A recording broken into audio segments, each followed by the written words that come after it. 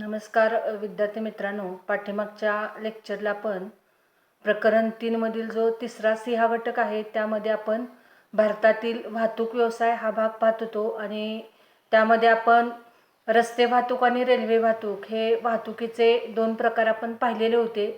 आजच्या लेक्चरला आपण जलवाहतूक आणि हवाई वाहतूक हे राहिलेले जे दोन प्रकार आहेत ते आपण पाहणार आहोत। जलवाहतुकीलाच जहाज वाहतूक असं देखील म्हटलं जातं। भारतात फार पूर्वीपासून ग्रामीण व शहरी भागात जलवाहतूक सुरू आहे। भारतात जलवाहतुकीचे एकूण दोन प्रकार सांगितले जातात, अंतर्गत जलवाहतूक आणि सागरी जलवाहतूक। अंतर्गत जलवाहतूक ही छोट्या होड्या, लहान गलबते, लहान बोटी किंवा जहाजे यांच्याद्वारे नद्या, धरणे, खाड्या, कालवे यामधून केली जाते। या वाहतुकीमुळे स्थानिक लोकांना रोजगार मिळतो, तसेच हा व्यवसाय करण्यासाठी कमी भांडवल लागते आणि त्यामुळे अनेक कोळी बांधव मासेमारीसाठी व स्थानिक लोकांची ने-आण करण्यासाठी अंतर्गत जलवाहतुकीचा उपयोग करीत आहेत। थोडक्यात अंतर्गत जलवाहतूक ही देशाच्या भौगोलिक सीमेच्या आत केली जाते। म्हणजे जलवाहतुकीच्या सहाय्याने एका ठिकाणचा माल दुसऱ्या ठिकाणी नेण्यासाठी किंवा एका ठिकाणचे प्रवासी हे दुसऱ्या ठिकाणी नेण्यासाठी प्रामुख्याने ही अंतर्गत जलवाहतूक केली जाते। त्यासाठी समुद्रच असला पाहिजे अशी काय आवश्यकता नसते, तर नद्यांमध्ये असेल किंवा नदीच्या काठी जर काही गाव असतील तर आपण पाहतो की एका ठिकाणाहून दुसऱ्या ठिकाणी म्हणजे नदीच्या पलीकडच्या बाजूला जाण्यासाठी बऱ्याचदा नावेचा किंवा होड्यांचा वापर केला जातो। तर छोट्या नावा किंवा छोट्या होड्या किंवा समुद्राच्या जर खाड्या असतील तर खाडीमध्ये लहान गलबते किंवा लहान बोटी किंवा लहान जहाजं याद्वारे मालाची ने-आण केली जाते। मुख्य बंदरापर्यंत हा माल पोहोचवण्यासाठी साधारणपणे हा जो वाहतुकीचा प्रकार आहे तो वापरला जातो किंवा धरणे असतील, कालवे असतील यामधून देखील ही अंतर्गत जलवाहतूक केली जाते। म्हणजेच एका ठिकाणचा माल दुसऱ्या ठिकाणी पोहोचवण्यासाठी किंवा एका ठिकाणचे लोक दुसऱ्या ठिकाणी पोहोचवण्यासाठी प्रामुख्याने ही अंतर्गत जलवाहतूक केली जाते। विशेषतः जे कोळी बांधव आहेत तर ते कोळी लोक हे छोट्या नावा किंवा छोट्या होड्या किंवा त्यांची जी काही छोटी गलबत आहे ती त्या ठिकाणी नदीमध्ये किंवा समुद्रामध्ये ह्या छोट्या जहाजांच्या माध्यमातून ते मासेमारी व्यवसाय करीत असतात। तर शक्यतो ही जी वाहतूक आहे ती खर्चाकडून जर विचार केला तर परवडणारी असते। कमी खर्चामध्ये ही वाहतूक होत असल्यामुळे स्थानिक लोकांना सुद्धा ये-जा करण्यासाठी किंवा प्रवास करण्यासाठी प्रामुख्याने या जहाजांचा किंवा या छोट्या नावांचा किंवा या छोट्या बोटींचा उपयोग होत असतो।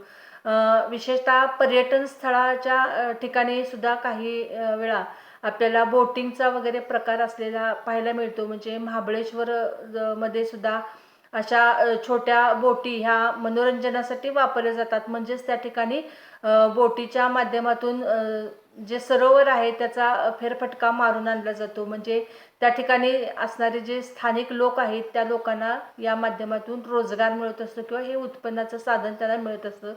किंवा आपण जर मालवणला गेलो असेल तर सिंधुदुर्ग किल्ला पाहण्यासाठी सुद्धा आपल्याला मालवणमधून सिंधुदुर्गला जाण्यासाठी छोट्या छोट्या होड्या किंवा छोट्या नावा किंवा छोट्या बोटी असलेल्या आपल्याला पाहायला मिळतात। आणि ह्या बोटी काय करत असतात तर मालवणच्या बंदरापासून सिंधुदुर्ग किल्ल्यापर्यंत आपल्याला ह्या छोट्या बोटीमधून पर्यटकांची ने-आण केली जाते। म्हणजे या माध्यमातून त्यांना रोजगार उपलब्ध होत असतो। थोडक्यात काय तर अंतर्गत जलवाहतूक ही नदी, खाड्या, कालवे, धरणे किंवा समुद्र या माध्यमातून होत असते आणि त्यासाठी फार मोठं भांडवल गुंतवण्याची आवश्यकता नसते। आणि दुसरा जो प्रकार आहे जलवाहतुकीचा तो म्हणजे सागरी जलवाहतूक। आता सागरी जलवाहतूक जर करायची असेल तर मात्र इथं समुद्र किनारा असला पाहिजे, समुद्र असला पाहिजे, म्हणून तर त्याला सागरी जलवाहतूक असं म्हटलं गेलेलं आहे। तर सागरी जलवाहतूक शक्यतो नदीमध्ये किंवा धरणामध्ये होत नाही, कारण मोठमोठी जहाजं त्यामध्ये वापरली जातात आणि मोठ्या जहाजांच्या सहाय्याने ही जी वाहतूक आहे ती वाहतूक होत असते। भारताला सुमारे 4200 मैलाचा समुद्र किनारा लाभलेला आहे आणि त्यामुळे भारतात सागरी जलवाहतुकीला फार पूर्वीपासून महत्त्व असलेले दिसून येते। सागरी वाहतुकीमुळे भारताचा जो आयात निर्यात व्यापार आहे तो वाढलेला आहे. कारण आजही आपण आयात निर्यात व्यापारासाठी किंवा मालाची जी ने-आण आहे ती करण्यासाठी, म्हणजे बाहेरच्या देशातून भारतामध्ये माल आणण्यासाठी किंवा भारतातील माल बाहेरच्या देशात पाठवण्यासाठी आपल्याला आज या सागरी जलवाहतुकीचा उपयोग होत असतो. कारण ही जी सागरी जलवाहतूक आहे ती अवजड मालाची वाहतूक करू शकते. मोठमोठी जहाजं असतात आणि त्या जहाजाच्या माध्यमातून आपण आपल्या देशातील वस्तू असेल किंवा शेतमाल असेल किंवा फळफळे असतील, भाजीपाला असेल, तर तो आपण या ठिकाणी जहाजाच्या माध्यमातून पाठवू शकतो. उदाहरणार्थ आपल्याकडं पश्चिम महाराष्ट्रामध्ये विशेषतः तासगाव तालुका वगैरे हा आपल्याकडे द्राक्षासाठी प्रसिद्ध आहे. तर युरोपियन बाजारपेठेसाठी या ठिकाणी द्राक्षे पिकवली जातात. तर ती द्राक्षे ही परदेशामध्ये या जहाजाच्या माध्यमातून वगैरे पाठवली जाऊ शकतात. किंवा परदेशातील काही माल जर भारतामध्ये आणायचा असेल तरी देखील जहाज वाहतुकीचा वापर केला जातो. म्हणजेच आयात आणि निर्यात व्यापार वाढण्यासाठी प्रामुख्याने सागरी जलवाहतूक ही उपयोगी पडत असते. 1961 मध्ये भारतीय जहाज वाहतूक महामंडळाची स्थापना करण्यात आलेली होती. भारताला जेव्हा स्वातंत्र्य मिळाले तेव्हा भारतीय जहाज कंपन्यांच्या मालकीची फक्त 42 जहाजं भारतीय बंदरामध्ये होती. आज त्याची जर संख्या आपण बघितली तर आज भारतातील जहाज वाहतूक करणाऱ्या जहाजांची संख्या ही प्रचंड प्रमाणामध्ये वाढलेली आहे. भारतामध्ये प्रामुख्याने ही जी जहाज वाहतूक किंवा ही जी सागरी वाहतूक केली जाते तर त्या सागरी वाहतुकीसाठी समुद्रकिनारी बंदरं बांधावी लागतात. जसं बस स्टँड म्हणजे बस थांब्यासाठी बस स्टँड असतात, रेल्वे थांब्यासाठी रेल्वे स्टेशन असतात, तसं जहाज वाहतुकीसाठी किंवा सागरी जहाज वाहतुकीसाठी बंदरांचा वापर केला जातो. तर आपल्याकडं भारतामध्ये मुंबई बंदर हे महत्त्वाचं आणि मोठं बंदर मानलं जातं. मुंबईमध्ये गेटवे ऑफ इंडियाजवळ हे मुंबईचं महत्त्वाचं बंदर असलेलं आपल्याला दिसून येतं. त्यानंतर कांडला हे गुजरातमध्ये असणारं सर्वात महत्त्वाचं आणि मोठं बंदर आहे. त्यानंतर कोलकाता, विशाखापट्टणम, कोचीन, केरळमध्ये कोचीन बंदर आहे. त्यानंतर कर्नाटकमध्ये मंगलोर हे बंदर आहे. तर ही जी महत्त्वाची बंदरं आहेत ती प्रवासी व माल वाहतुकीची महत्त्वाची बंदरे आहेत. कारण या बंदरावरून जशी मालाची वाहतूक केली जाते त्याचबरोबर प्रवाशांची सुद्धा वाहतूक केली जाते. म्हणजे सागरी जलवाहतुकीच्या सहाय्याने जर आपल्याला परदेशी प्रवास करायचा असेल किंवा परदेशातील लोकांना जर भारतामध्ये यायचे असेल तर प्रवासी जहाज वाहतूक सुद्धा असते आणि त्या जहाज वाहतुकीचा उपयोग हा प्रवाशांची ने-आण करण्यासाठी देखील होऊ शकतो. म्हणजे जेव्हा विमान वाहतुकीच्या सोयी नव्हत्या तेव्हा प्रामुख्याने परदेशातून भारतामध्ये किंवा भारतातून परदेशामध्ये जाण्यासाठी प्रामुख्याने सागरी जहाज वाहतुकीचाच वापर किंवा सागरी जलवाहतुकीचा वापर मोठ्या प्रमाणामध्ये केला जातो. भारताच्या संदर्भामध्ये असं म्हटलं जातं की भारताचा शोध कोलंबसने लावला. तर कोलंबस हा भारतामध्ये येत असताना तो सागरी जलवाहतुकीच्या मार्गानेच भारतामध्ये आलेला होता आणि मग त्याला भारत हा देश दिसलेला होता आणि हळूहळू मग तिथं म्हणजे भारतामध्ये ब्रिटिशांची किंवा परकीयांची सत्ता किंवा परकीय लोक हळूहळू भारतामध्ये येऊ लागलेले होते किंवा ते आलेले होते. म्हणजे या पद्धतीनं जेव्हा विमान वाहतूक किंवा हवाई वाहतूक भारतामध्ये फारशी विकसित झालेली नव्हती तेव्हा मालासाठी आणि प्रवाशांची वाहतूक करण्यासाठी सागरी जलवाहतुकीचा मोठ्या प्रमाणामध्ये वापर केला जात होता. तर या पद्धतीनं एकंदरीत भारतातील जलवाहतूक किंवा जहाज वाहतुकीचं हे स्वरूप असलेलं आपल्याला दिसून येते. त्यानंतर शेवटचा जो वाहतुकीचा प्रकार आहे तो म्हणजे भारतातील हवाई किंवा विमान वाहतूक. हवाई वाहतुकीलाच विमान वाहतूक असं म्हणतात जातं कारण विमान वाहतूक ही हवाई म्हणजे आकाशातून होत असते म्हणून त्याला हवाई वाहतूक असं देखील म्हटलं जातं. म्हणजे हवेतून होत असते आणि हवेतून होत असल्यामुळे त्याला हवाई वाहतूक असं म्हटलं जातं. तर दूर अंतराच्या वाहतुकीच्या दृष्टीने वेळेची बचत करण्यासाठी विमान वाहतूक ही महत्त्वाची मानली जाते. हा ऑब्जेक्टिव्हचा महत्त्वाचा प्रश्न आहे. तर आपल्याला दूर अंतरावरती जर प्रवास करायचा असेल आणि त्यासाठी जर आपल्याला वेळेची बचत करायची असेल म्हणजे आपल्याला कमी वेळेमध्ये दूर अंतरावरती जर प्रवास करायचा असेल तर विमान वाहतुकीसारखी दुसरी वाहतूक व्यवस्था नाही. तर त्यासाठी आपल्याला विमान वाहतुकीचा वापर करावा लागतो, कारण आपण सागरी सागरी जलवाहतुकीच्या मार्गाने सुद्धा आपण परदेशामध्ये जाऊ शकतो. परंतु जहाजं परदेशामध्ये पोहोचण्यासाठी महिन्याचा, 2 महिन्याचा, 3 महिन्याचा देखील कालावधी लागू शकतो. तसं विमान वाहतुकीच्या साहाय्याने जर आपण परदेशी दौरा करायचं म्हटलं तर आपण म्हणजे साधारणपणे 24 तासामध्ये किंवा 36 तासामध्ये आपण परदेशामध्ये पोहोचू शकतो. अगदी भारतातल्या भारतामध्ये सुद्धा एका राज्यातून दुसऱ्या राज्यामध्ये किंवा एका ठिकाणाहून दुसऱ्या ठिकाणी जर आपल्याला जायचं असेल तर आपण अगदी दीड तासामध्ये किंवा 2 तासामध्ये जाऊ शकतो. अगदी उदाहरण जर घ्यायचं झालं तर आपल्याला समजा पुण्याला किंवा मुंबईला विमानानं जायचं असेल तर आपण अगदी अर्धा पाऊण तासामध्ये विमानानं पोहोचू शकतो. परंतु जर आपण रस्ते वाहतुकीनं गेलो तर आपल्याला 8 ते 9 तास लागतात. किंवा आपल्याला समजा बेंगलोरला जायचं आहे तर आपल्याकडे जवळपास असणारं जे विमानतळ आहे ते कोल्हापूरमध्ये आहे आणि कोल्हापूरमधून आपण हैदराबादला जाऊ शकतो किंवा कोल्हापूरमधून आपण बेंगलोरला जाऊ शकतो. आपल्याला जर बेंगलोरला बसनं जायचं असेल तर साधारणपणे आपल्याला 13 ते 14 तास लागतात. किंवा आपण स्वतःच्या वाहनानं जरी गेलो तरी आपल्याला कमीत कमी 10 ते 12 तास लागतात. परंतु जर आपण विमानाने गेलो तर 1.5 तासामध्ये आपण बेंगलोरला पोहोचू शकतो. म्हणजे या पद्धतीनं आपल्याला दूर अंतरावरचा प्रवास करायचा असेल कमी वेळेमध्ये, म्हणजेच वेळेची बचत करण्यासाठी जर आपल्याला प्रवास करायचा असेल तर विमान वाहतूक ही अतिशय उपयुक्त वाहतूक मानली जाते. भारतात 1920 मध्ये विमान वाहतुकीची सुरुवात झालेली आहे. म्हणजे ब्रिटिशांच्या राजवटीमध्येच भारतात विमान वाहतुकीची सुरुवात झालेली आहे. 1953 मध्ये भारत सरकारने विमान वाहतुकीचे राष्ट्रीयकरण केलेले आहे आणि 2 महत्त्वाच्या विमान वाहतूक कंपन्या भारतामध्ये सरकारी मालकीच्या कार्य करीत असलेल्या दिसून येतात. इंडियन एअरलाइन्स ही जी कंपनी आहे त्या इंडियन एअरलाइन्स कंपनीकडे देशांतर्गत विमान वाहतुकीची जबाबदारी सोपवण्यात आलेली आहे. म्हणजे भारतातल्या भारतामध्ये जर विमानानं प्रवास करायचा असेल तर इंडियन एअरलाइन्सकडून ही विमान वाहतुकीची सेवा पुरवली जाते. आणि त्याचबरोबर एअर इंडिया इंटरनॅशनल ही जी विमान कंपनी आहे सरकारी मालकीची, तर एअर इंडिया इंटरनॅशनलकडे परदेशी विमान वाहतुकीची जबाबदारी सोपवण्यात आलेली आहे. आता ह्या ज्या सेवा आहेत ह्या महत्त्वाच्या या 2 कंपन्यांकडून किंवा या 2 महामंडळाकडून पुरवल्या जातात आणि वेगवेगळ्या पद्धतीची ही जी म्हणजे वेगवेगळ्या देशाची जी प्रवासी वाहतुकीची विमान आहेत त्या विमान वाहतुकीचं नियंत्रण करणे, त्यावरती कंट्रोल ठेवणे ही जबाबदारी ह्या 2 विमान वाहतूक कंपन्यांकडे सोपवण्यात आलेली आहे. 1991 नंतर भारतात विमान वाहतुकीसाठी काही खाजगी विमान कंपन्या देखील उतरलेल्या आहेत. म्हणजे काही खाजगी मालकीच्या विमान कंपन्या देखील आज विमान वाहतुकीच्या सोयी उपलब्ध करून देत असताना आपल्याला दिसून येतात. विमान वाहतुकीमुळे वेळेची बचत होते, कमी वेळेमध्ये किंवा जलद आपण हा प्रवास करू शकतो. एवढंच नव्हे तर अडीअडचणीच्या भागामध्ये जर आपल्याला काही मदत पोचवायची असेल, म्हणजे नैसर्गिक आपत्ती निर्माण झालेली आहे आणि अशा ठिकाणी जर आपल्याला काही मदत पोचवायची असेल किंवा परकीय आक्रमण झालेलं आहे अशा ठिकाणी जर आपल्याला काही सैन्यांना मदत पोचवायची असेल तर आपण हेलिकॉप्टरच्या सहाय्याने देखील ही मदत तिथपर्यंत पोचवू शकतो.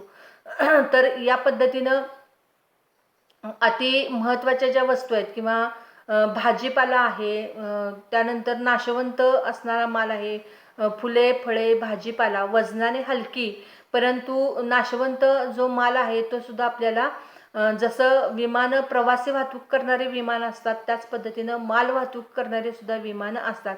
माल वाहतुकीची जी विमानं आहेत ती वेगळी असतात, कारण माल वाहतुकीच्या विमानामध्ये फक्त मालाची वाहतूक केली जाते आणि प्रवासी वाहतुकीच्या विमानामध्ये फक्त प्रवाशांचीच वाहतूक केली जाते.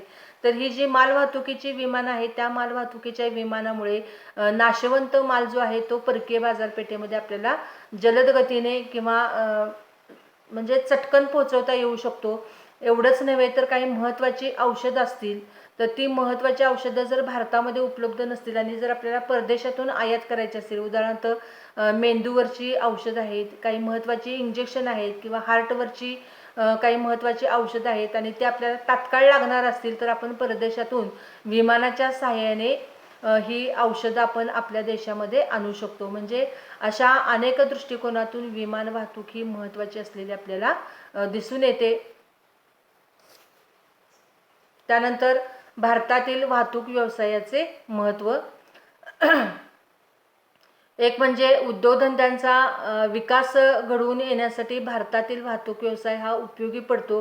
कारण उद्योगधंद्यांना लागणारा जो कच्चा माल आहे तो कच्चा माल कारखान्यापर्यंत पोहोचवण्यासाठी आणि कारखान्यामध्ये तयार झालेला पक्का माल बाजारपेठेत पोहोचवण्यासाठी प्रामुख्याने या ज्या वाहतुकीच्या सोयी आहेत त्या उपयोगी पडतात. मग त्यामध्ये रस्ते वाहतूक आहे, रेल्वे वाहतूक आहे, जहाज वाहतूक आहे किंवा विमान वाहतूक आहे.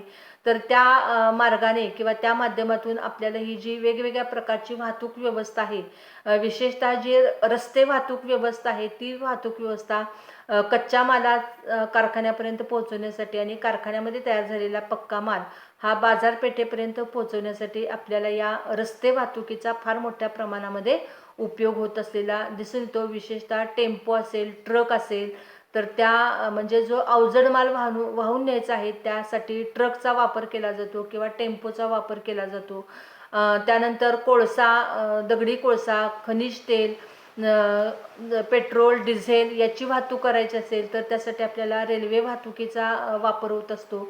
परदेशातून काही कच्चा माल आपल्याला खरेदी करायचा असेल उद्योगधंद्यांसाठी तर जहाज वाहतुकीचा उपयोग होत असतो किंवा अति महत्त्वाच्या काही गोष्टी आपल्याला परदेशातून आणायच्या असतील तर विमान वाहतुकीचा सुद्धा उपयोग होत असतो. तर या चारही प्रकारच्या वाहतूक व्यवस्थेमुळे भारतात उद्योगधंद्यांचा विकास घडून येण्यासाठी मदत झालेली आहे. त्यानंतर शेतीचा विकास घडवून आणण्यासाठी सुद्धा रस्ते वाहतूक, त्यानंतर रेल्वे वाहतूक, जलवाहतूक आणि विमान वाहतूक ह्या चारही प्रकारच्या वाहतुकींचा उपयोग होत असतो. विशेषतः शेतीच्या विकासासाठी लागणाऱ्या ज्या गोष्टी आहेत, उदाहरणार्थ यंत्रसामुग्री किंवा विविध प्रकारची यंत्र, मळणी यंत्र, कापणी यंत्र वगैरे या पद्धतीनं किंवा विद्युत मोटारी असतील किंवा रासायनिक खते असतील, संकरित बी बियाणे असतील, कीटकनाशके असतील यांचे उत्पादन शहरातील कारखान्यांमध्ये होत असते. तर शहरातून खेड्यापर्यंत किंवा ग्रामीण भागापर्यंत किंवा शेतीपर्यंत या गोष्टी पोहोचवण्यासाठी रस्ते वाहतुकीचा फार मोठ्या प्रमाणामध्ये उपयोग होत असतो. आणि शेतामध्ये तयार झालेला जो शेतमाल आहे तो देशांतर्गत बाजारपेठेमध्ये पोहोचवण्यासाठी रस्ते वाहतूक आहे किंवा रेल्वे वाहतुकीचा उपयोग होत असतो.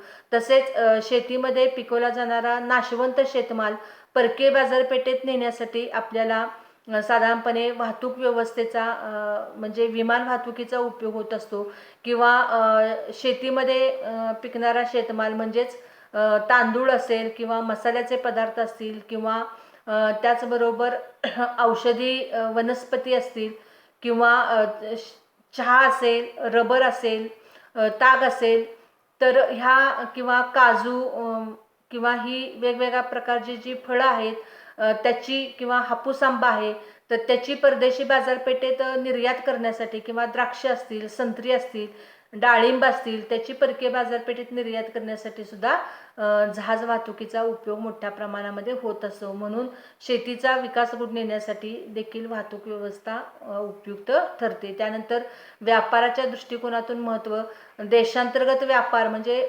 देशातल्या देशामध्ये केला जाणारा व्यापार असेल किंवा देशाच्या बाहेर म्हणजेच परकीय व्यापार असेल, या परदेशी व्यापार आणि अंतर्गत व्यापार या दोन्ही व्यापाराच्या उलाढाली वाढण्याच्या दृष्टिकोनातून वाहतूक व्यवसाय उपयोगी ठरतो. कारण वाहतूक व्यवसायामुळे एका ठिकाणचा माल दुसऱ्या ठिकाणी नेणे सहजपणे शक्य होते. त्यामुळे व्यापारी उलाढाली वाढतात, आर्थिक उलाढाली वाढतात आणि एक प्रकारे आर्थिक विकासाला चालना मिळते. लोकांना या वाहतूक क्षेत्राच्या माध्यमातून असंख्य लोकांना रोजगार प्राप्त होतो आणि त्यामुळे लोकांचे उत्पन्न वाढण्यासाठी सुद्धा मदत होत असते. त्यानंतर ग्रामीण भागाचा विकास, ग्रामीण भागात पक्क्या रस्त्यांचं जाळं आज तयार झालेले दिसून येते. गावं किंवा खेडी एकमेकांना जोडली गेलेली आहेत, नंतर ती तालुक्याला जोडली गेलेली आहेत, तालुके जिल्ह्याला जोडले गेलेले आहेत आणि जिल्हा हे राज्यांना आणि राज्य ही एकंदरीतच एकमेकांना जोडून राष्ट्रीय महामार्ग तयार झालेले आहेत. हा सगळा भाग आपण रस्ते वाहतुकीमध्ये पाहिलेला होता.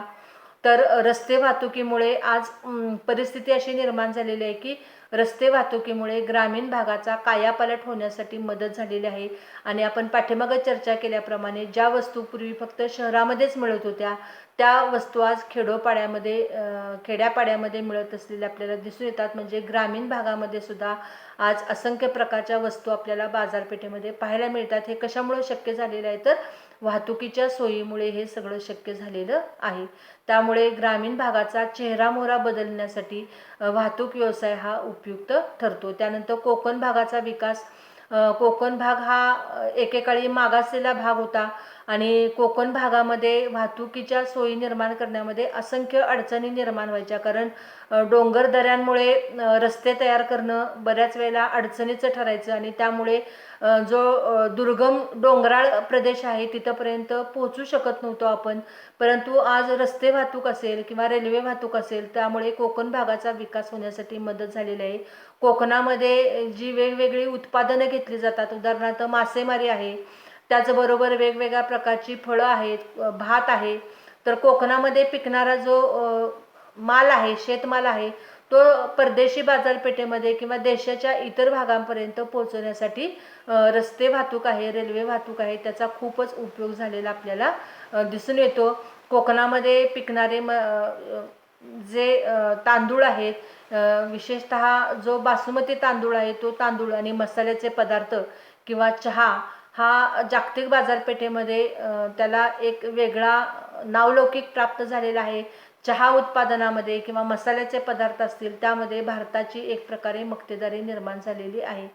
तर थोडक्यात कोकण भागामध्ये आज आपल्याला म्हणजे पूर्वी कोकणामध्ये पिकणारा हापूस आंबा आपल्याकडे फारसा मिळत नव्हता, परंतु आज ती परिस्थिती राहिलेली नाही. कोकणामध्ये पिकणारा हापूस आंबा आपण सहजपणे प्रत्येक आंब्याच्या सीझनला आपल्या गावागावापर्यंत येऊन पोचलेला आहे. म्हणजे देवगड हापूस आंबा हा देवगडमध्ये पिकणारा जो हापूस आंबा आहे आज तो अगदी खेड्यापाड्यापर्यंत जाऊन पोचलेला आहे. कारण रस्ते वाहतुकीच्या सोयी निर्माण झाल्यामुळे मालाची ने आण करणं सहजपणे शक्य झालेलं आहे. किंवा आपल्या ठिकाणी पिकणारा जो भाजीपाला आहे, आपल्या भागामध्ये पिकणारी जी फळं आहेत ती आपण आज सहजपणे कोकणामध्ये पाठवू शकतो. म्हणजे इतकी वाहतूक व्यवस्था आज सुलभ झालेली आहे आणि त्यामुळे एकंदरीतच या वाहतुकीच्या विकासामुळे कोकण भागाचा विकास झालेला आहे. विशेषतः कोकण भागाचा विकास घडवून आणण्यामध्ये रेल्वेनं फार मोठा हातभार लावलेला आहे. दुर्गम भागामध्ये रस्ते बांधणं खूप अवघड असायचं आणि रेल्वेचा तरी प्रश्नच नव्हता. कारण रेल्वे वाहतूक डोंगरामधून नेणं, रेल्वेचे रूळ टाकणे ही खूप कठीण गोष्ट होती. परंतु भारतामध्ये मुंबई गोवा हा जो रेल्वे मार्ग तयार झालेला आहे, हा रेल्वे मार्ग आशिया खंडामध्ये प्रथम क्रमांकाचा रेल्वे मार्ग आहे. एवढंच नव्हे तर मुंबई गोवा रेल्वे मार्गाचं संपूर्ण जगभर कौतुक करण्यात आलेलं होतं. कारण खूप मोठं तंत्रज्ञान त्या ठिकाणी वापरलेलं आहे. ठिकठिकाणी डोंगर फोडून बोगदे तयार करण्यात आलेले आहेत आणि बोगद्यातून रेल्वे मार्ग टाकण्यात आलेले आहेत. आणि त्यामुळे आज कोकण भागाचा विकास हा केवळ रेल्वे वाहतुकीमुळे झालेला आहे असं म्हणायला हरकत नाही. म्हणजे मुंबईपासून गोव्यापर्यंत हा जो रेल्वे मार्ग आहे तो रेल्वे मार्ग तयार झालेला आहे. म्हणजे आपल्याला कोकणामध्ये रेल्वेने सुद्धा जाता येऊ शकतं किंवा या पद्धतीनं कोकण भागाचा कायापालट हा रेल्वेमुळे झालेला आहे. त्यानंतर दुष्काळात महत्त्व. दुष्काळाच्या काळामध्ये दुष्काळी भागात कारण दुष्काळ पडत असताना संपूर्ण देशामध्ये एकाच वेळेला काही दुष्काळ पडत नाही. काही भागामध्ये दुष्काळ पडतो तर काही भागामध्ये अन्नधान्य शेतमाल चांगल्या पद्धतीनं पिकलेला असतो. त्यामुळे ज्या भागामध्ये दुष्काळ पडलेला आहे त्या भागामध्ये अन्नधान्य किंवा इतर साहित्य पाठवण्यासाठी आपल्याला वाहतुकीचा उपयोग होतो. एवढंच नव्हे तर आज आपण पाहतो की साधारणपणे फेब्रुवारी आणि मार्च महिन्यामध्ये आजही आपल्याकडं सांगली जिल्ह्यामध्ये जे दुष्काळी भाग आहेत, जत, आटपाडी, कवठे महांकाळ वगैरे हा जो पूर्व भाग आहे त्या पूर्व भागामध्ये हे सतत दुष्काळी पट्ट्यामध्ये असणारी ही गावं आहेत आणि त्यामुळे साधारणपणे फेब्रुवारी मार्चमध्येच त्यांना टँकरनं पाणी पुरवठा करावा लागतो. म्हणजे दुष्काळी भागामध्ये पिण्यासाठी आणि शेतीसाठी टँकरनं पाणी पुरवठा केला जातो. आता जर समजा रस्ते वाहतुकीची सोय नसती तर टँकरनं त्या ठिकाणी पाणी पुरवठा करता आला नसता. किंवा गेल्या वर्षी आपण पेपरला वगैरे वाचलेलं होतं, टी व्हीवरती पाहिलेलं होतं, तर मिरजेहून लातूरला रेल्वेनं पाणी पुरवठा केलेला होता, कारण तिथं पाण्याची टंचाई निर्माण झालेली होती आणि त्यामुळे मिरजेतून रेल्वेनं म्हणजे मालवाहतुकीची जी रेल्वे आहे तर पाण्याचे टँकर मिरजेमध्ये भरले जायचे आणि ते पाणी लातूरला पोहोचवलं जात होतं. म्हणजे अशा पद्धतीनं दुष्काळी भागामध्ये अति महत्त्वाच्या वस्तू असतील, जीवनावश्यक वस्तू असेल, पाणी असेल, अन्नधान्य असेल, कपडे असतील, हे दुष्काळी भागापर्यंत पोहोचवण्यासाठी रस्ते वाहतूक आणि रेल्वे वाहतुकीचा फार मोठ्या प्रमाणामध्ये उपयोग होत असतो. त्यानंतर नैसर्गिक आपत्ती काळामध्ये मदत. नैसर्गिक आपत्ती म्हणजेच दुष्काळ, भूकंप, महापूर, अतिवृष्टी किंवा आज आपण पाहतो की भूस्खलन होतं, दरडी कोसळतात, डोंगर कोसळतात. अशी जर काही आपत्ती निर्माण झाली किंवा एखादी रोगराई निर्माण होते तर ह्या नैसर्गिक आपत्तीच्या काळामध्ये या संकटात अडकलेल्या लोकांपर्यंत अन्नाची पाकिटं पोचवली जातात, कपडे पोचवले जातात, औषधं पोचवली जातात. हे कशामुळे शक्य होतं तर हवाई वाहतुकीमुळे शक्य होतं. कारण हवाई वाहतुकीमुळे हेलिकॉप्टरच्या साहाय्याने दुर्गम भागापर्यंत किंवा या नैसर्गिक आपत्ती घडलेल्या आहेत त्या भागापर्यंत ही तातडीची मदत त्या भागातील लोकांना करता येऊ शकते. कारण तिथं जर रस्ते वाहतुकीनं, रेल्वे वाहतुकीनं जाणं जर शक्य नसेल तर हवाई वाहतुकीचा वापर त्या ठिकाणी मोठ्या प्रमाणामध्ये केला जातो. त्यामुळे नैसर्गिक आपत्ती कमी करण्यासाठी किंवा तिची तीव्रता जी आहे ती कमी करण्यासाठी वाहतूक व्यवसायाचा उपयोग होतो. रोजगाराच्या दृष्टिकोनातून महत्त्व. वाहतुकीच्या माध्यमातून आज देशामध्ये प्रचंड प्रमाणावरती रोजगार निर्माण झालेला आपल्याला पाहायला मिळतो. एकट्या रेल्वेमुळे भारतात जवळजवळ 2 कोटी लोकांना रोजगार प्राप्त झालेला आहे. मग रस्ते वाहतूक असेल किंवा बस वाहतूक असेल किंवा वेगवेगळ्या प्रकारची वाहतूक असेल, ह्या सगळ्या वाहतुकीचा जर आपण विचार केला, जहाज वाहतूक आहे, विमान वाहतूक आहे, तर असंख्य लोकांना रोजगार प्राप्त झालेला आहे. वाहतूक व्यवसायामुळे प्रत्यक्ष आणि अप्रत्यक्ष रोजगाराला चालना मिळते. जर आपण आपल्याकडं साखर कारखाने दिवाळीनंतर सुरू होतात, साखर कारखान्याच्या काळामध्ये अनेक लोकांना रोजगार प्राप्त झालेला आहे वाहतुकीच्या सोयीमुळं. म्हणजे ट्रॅक्टरमधून ऊसाची वाहतूक करत असताना ऊसतोडी मजुरांना देखील रोजगार प्राप्त झालेला आहे.